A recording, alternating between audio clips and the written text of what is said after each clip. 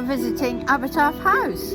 Abertarff House here in Inverness, which is a beautiful building. Here in Inverness.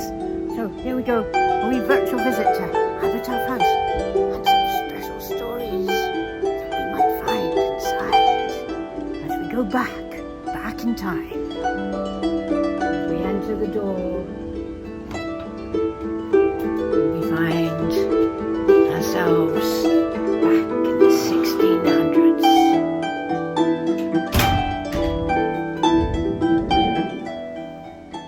The original turnpike stair at Abertarff House would have seen a lot of comings and goings.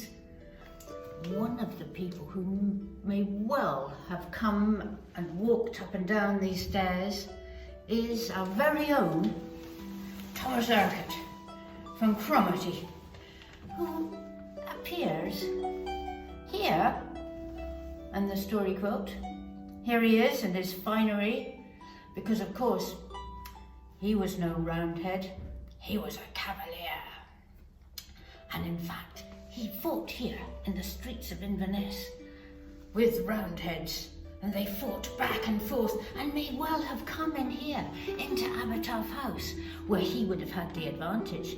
Not only was he a great fencer and knew how to use his sword, these stairs, these very stairs, would have saved the day. You see, if you are on the top of the stair, you can use your sword to keep the people out. And that is what would have happened right here on these stairs when there was battles going on and sword fights.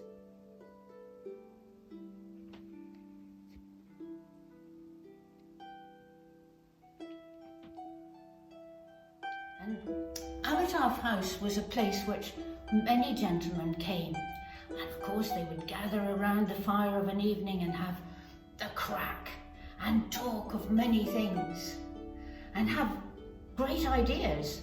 And Thomas Urquhart had many great ideas. And one of the great ideas Thomas Urquhart had way back in the 1600s was that there should be a university here in the Highlands. And everybody went, "Don't be daft, man."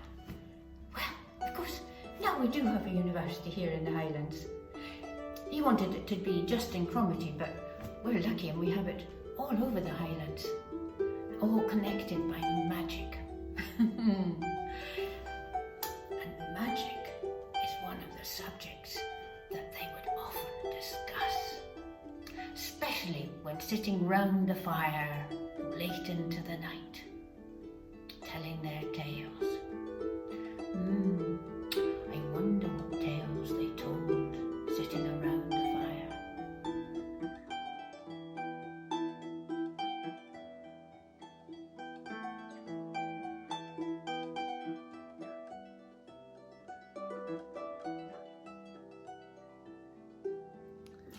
So, back in the 1600s, when Abertarff House was built, and people would come here to go to market, they would stay here in Abertarff House and, no doubt, sit around this very fire with this lovely hearthstone and get the crack.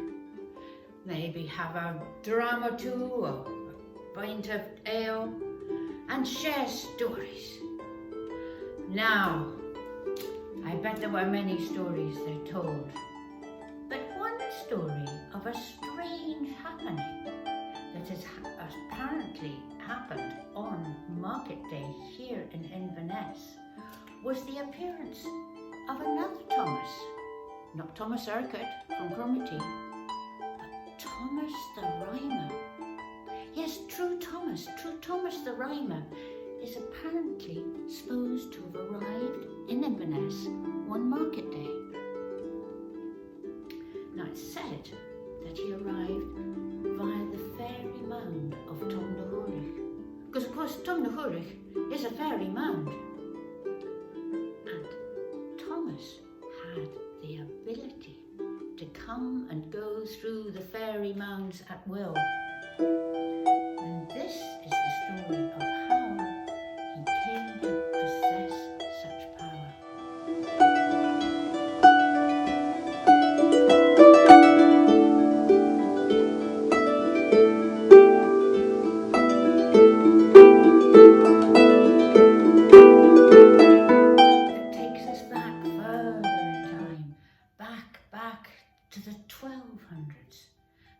time of Alexander III, when Thomas Learmonth of Earlston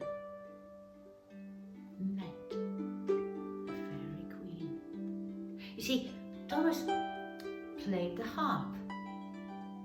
He played his little clarsach, and one day, it was actually in the summer, it was a beautiful warm sunless day, and he'd been playing his harp underneath the beautiful hawthorn tree, when the smell of the blossom of the hawthorn lulled him into a lovely sleep, and he fell asleep. Now, while he was playing, he had attracted the attention of the Fairy Queen, and while he was sleeping, she came riding over the lee of the hill, and there was a great tinkling of bells, because every tassel on the horse's hair on its mane was covered with a silver bell, and the silver bells jingled as the Fairy Queen arrived, and she looked down and saw Thomas sleeping underneath the hawthorn tree, and she took a fancy to him, because he must have been a handsome fella, and she took him on to the back of her horse, and together they rode and they rode and they rode for a year and a day, until eventually they got to an orchard of apple trees. Now, after all this time, Thomas was quite hungry, so he reached up and he took an apple off the tree.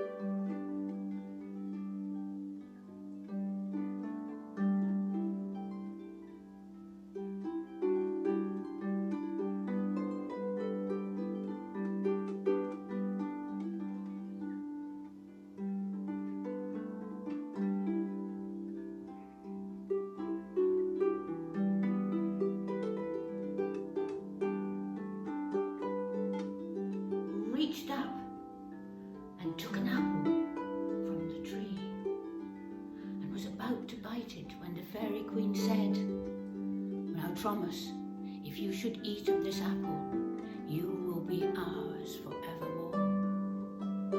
"Oh," said Thomas, "but I want to get back to my people."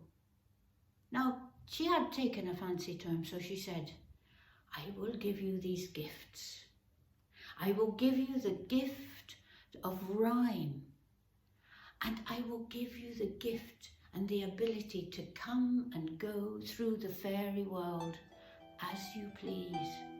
But you must always return to me in the fairy realm." And so Thomas was able to come back into the world of humans, of people, and to see his friends and family, and then go back into the fairy world and come out of another fairy mound in another place, but also in another time. He had the gift, rather like Doctor Who, of coming and going through time and space. And it's so said that that is how he came to come to Inverness. One market day, True Thomas came out of the fairy mound of Tomnahurich and came to the market. Maybe he was playing his harp. And there was a great controversy about how he did this. Well, apparently he went back into Tomnahurich, and where he was able to just turn 3 times and choose wherever he wanted to go next. What a special ability. I wish I had that ability. Well, there we are, the fairy mound in Inverness, where True Thomas once visited. And the story was told here in Abertarff,